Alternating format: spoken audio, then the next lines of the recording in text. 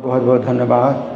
तो आज का जो श्लोक संख्या है 7वां स्कंद 8वां अध्याय श्लोक संख्या 48। तो आज के दिन दशावतार प्रभु ने जो प्रवचन दिया, इसी श्लोक का इतिहास है। श्रील गोपाल कृष्ण गोस्वामी महाराज ने प्रवचन दिया था इसी श्लोक पर 9 जनवरी 96 को मंगलवार के दिन। आधी मंगलवार है, 30 साल 4 महीना 24 दिन पहले इस श्लोक का तो आज बड़ा भगवान ने योग बनाया है कि महाराज के जो व्यक्तिगत सेवक हैं उनको यही श्लोक मिला जो महाराज ने किया था। तो एक तो बिंदु इसमें है सेतवा।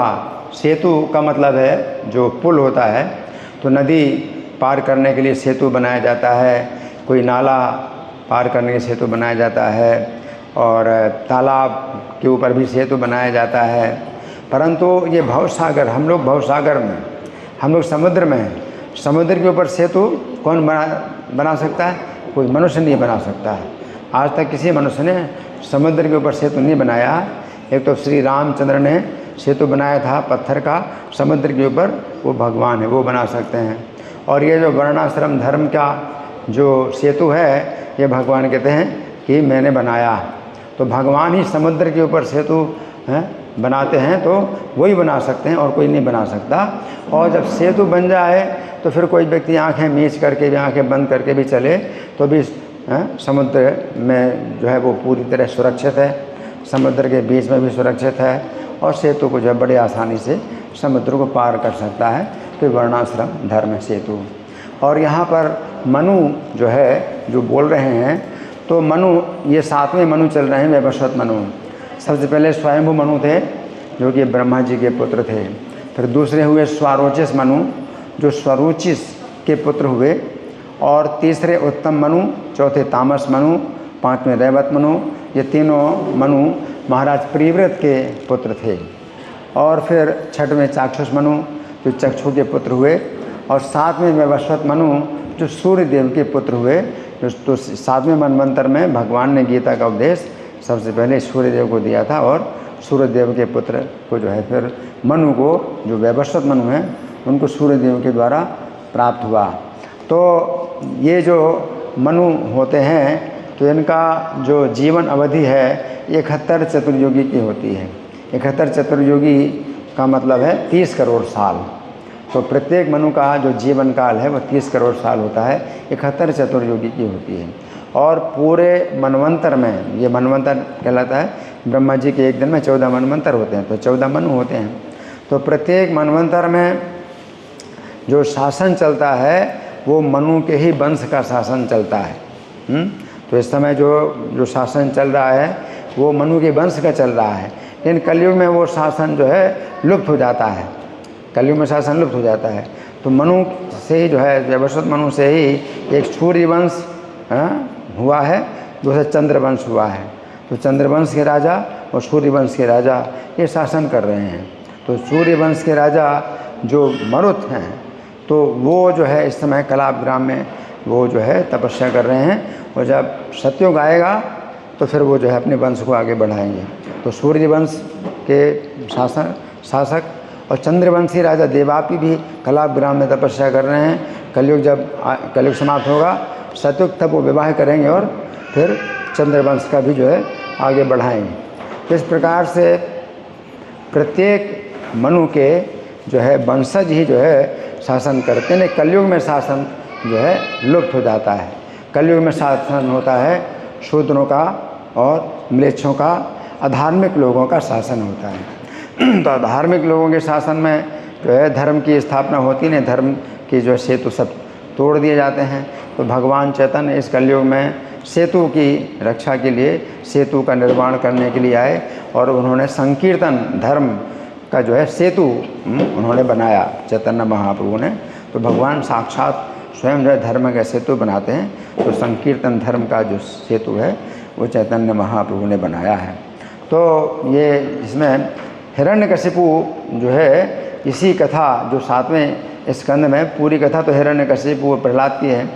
तो दूसरे अध्याय में हिरण्यकशिपु ने अपने सब असुर सेवकों को आदेश दिया यत्र यत्र द्विजा गावो वेदा वर्णाश्रम क्रिया तम तम जनपदम याते संदीपयते वृक्षते। तो 4 चीज़ों को जो है देखो नष्ट करना है। एक तो द्विज, जहाँ जिस गांव में और शहर में जो है द्विजों की, ब्राह्मणों की का महत्व है, ब्राह्मणों के आदेश का पालन किया जाता है, तो उन जनपदों में जो है आग लगा दो और काट डालो। जहाँ पर गौओं की सेवा, गौओं का पालन किया जाता है, उन भी जनपदों में जो है आग लगाओ और काटो। वेदों का अध्ययन किया जाता है, वहाँ भी सब जो है विनाश करो। वर्ण और वर्णाश्रम क्रिया, और वर्ण और आश्रम के जो है धर्म का जहाँ पालन किया जाता है, तो उन देशों में जा कर के आग लगाओ और काटी करो, सब मार काट करो। तो ये जो है हिरण्यकशिपु का आदेश था। तो अगले श्लोक में बताएं, इति ते भर्त निर्देशम। तो अपने स्वामी का जो है आदेश प्राप्त करके आदाय सिर साध, बड़े आदर पूर्वक सिर में धारण किया उन असुरों ने। क्यों? क्योंकि कदन प्रिया, क्योंकि मार काट तो उनको पसंद है ही, और वही मार काट की जो है उनका आदेश उनको मिल गया। तो तथा प्रजा नाम कदनम विद्धु कदन प्रिया। तो कदन प्रिया, वो मार काट उनको पसंद है ही है, और उनके पति जो स्वामी हैं, राजा हैं, उन्होंने आदेश दे दिया है कि मार काट करो। तो प्रजा नाम कथनम विद्धु, तो प्रजा में जो है मार काट उन्होंने जो है शुरू कर दी। तो ये जो है मनु, और मनु ही की जो है मतलब पूरे मनवंतर तक जिम्मेदारी होती है कि उनके जो वंश के जो राजा हैं वो शासन करें, सही प्रकार से शासन करें। जैसे कि स्वयं मनु के वंश में ध्रुव महाराज हुए, तो ध्रुव महाराज शासन कर रहे थे पृथ्वी का, लेकिन कहीं उनसे कुछ त्रुटि हुई कि यक्षों की अनावश्यक जो है वो कर रहे थे, विनाश कर रहे थे। तो स्वयं मनु आए और बोले कि नहीं, तुमको जो है इस प्रकार से अनावश्यक जो है यक्षों का विनाश नहीं करना चाहिए, और कंट्रोल करो अपने युद्ध की जो भावना, इसको कंट्रोल करो। तो इस तरह से मनु जो है अपने वंश में जो भी उनके राजा होते हैं, तो मनु जो है उनको शिक्षा देते रहते हैं। तो ये मनु के जो है पूरे मनवंतर तक जो है उनका जीवन काल होता है, और वो जो है देखते हैं, देखभाल करते हैं कि उनके वंशज जो है वो सही प्रकार से शासन कर रहे हैं या नहीं कर रहे हैं। परंतु कलयुग में वो जो है वंश लुप्त हो जाता है, और मनु इंतजार करते हैं कि जब सतयुग आएगा तो उनके जो है एक व्यक्ति विशेष जो है, जो कलाप ग्राम में है, वो जो है फिर विवाह करेगा और संतान उत्पन्न करेगा और वंश आगे बढ़ाएगा। तो इस तरह से जो मनु लोग हैं ये भगवान से जो है मतलब इस प्रकार से आदेश मांग रहे हैं। इसी प्रकार से स्वयंभू मनु भी ब्रह्मा जी जैसे जन्मे, स्वयंभू मनु ब्रह्मा जी के शरीर से, और तुरंत उन्होंने आदेश मांगा कि हमें आदेश दीजिए कि हम क्या सेवा करें। तो ब्रह्मा जी ने कहा कि तुम्हारी भावना ऐसी बहुत अच्छी भावना है कि तुम जो है सेवा की भावना से तुम जो है आदेश मांग रहे हो। तो ये मनु जो है हमेशा भगवान से या अपने जो उच्च अधिकारियों से आदेश मांगते हैं, और ये बड़ा अच्छा इन्होंने बताया दशावतार प्रभु ने कि हमें भी जो है इस प्रकार से आदेश मांगना चाहिए। और किंकरान का मतलब ही है किंकरान, किंकर शब्द ही बना ऐसा, किम कर, किम माने क्या और कर माने करूं, तो शब्द ही बना है किंकर कि मैं क्या करूं।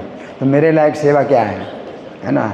फिर अपने लायक ही सेवा आप मांग सकते हैं, क्योंकि हर सेवा नहीं, भाई कोई भी सेवा दे दो, मेरे लायक क्या, मेरी योग्यता कितनी है उसके अनुसार आप मुझे सेवा बताइए।